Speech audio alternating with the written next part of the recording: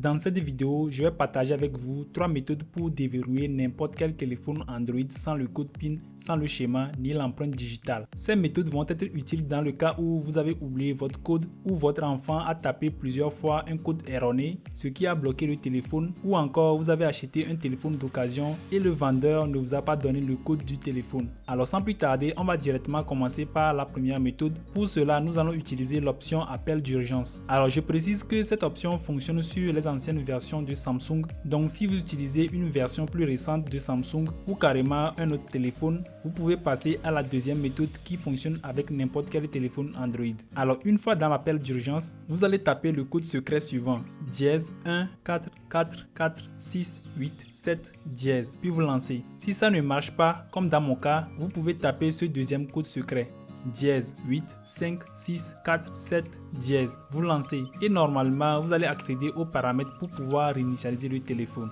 Vous pouvez voir que cela ne fonctionne pas avec mon téléphone, tout simplement parce que j'utilise une version plus récente d'Android. Dans ce cas, je vais utiliser la deuxième méthode. Pour ce faire, vous aurez besoin d'utiliser le logiciel DroidKit de iMobi disponible sur Windows et Mac. Comme d'habitude, je vous laisserai le lien de téléchargement en description. Une fois le logiciel téléchargé et installé, ouvrez-le comme ceci. Donc voici l'interface du logiciel. Vous avez plusieurs fonctionnalités ici, comme la récupération des données, le contournement FRP et plein d'autres fonctionnalités. Mais celle qui va nous intéresser aujourd'hui est déverrouiller l'écran. Donc pour commencer, vous connectez votre téléphone au PC via câble USB. Voilà.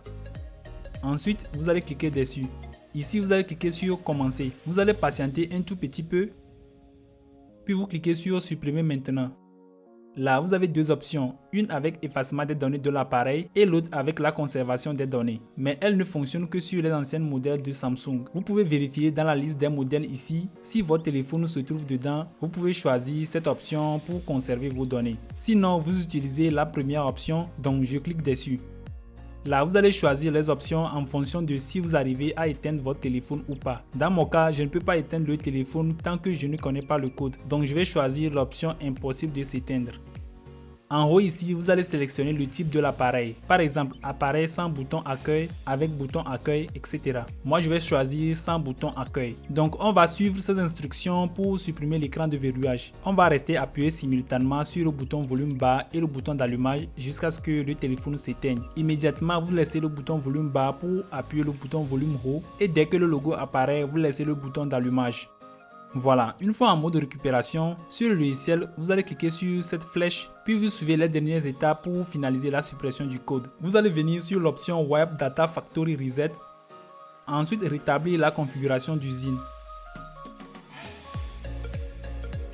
Une fois que c'est bon, vous allez cliquer sur Reboot System Now. Là, votre téléphone va se redémarrer, vous allez patienter quelques instants. Donc voilà, je vais configurer le téléphone très rapidement. Je vais accélérer cette partie et on se retrouve après.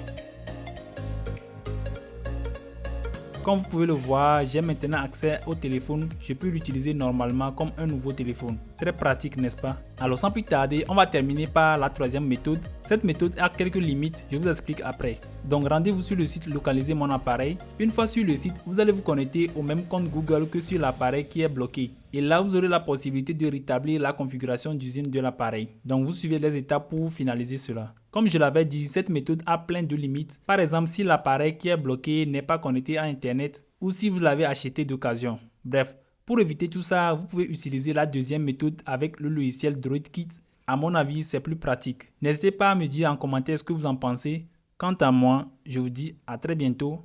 Allez, peace out.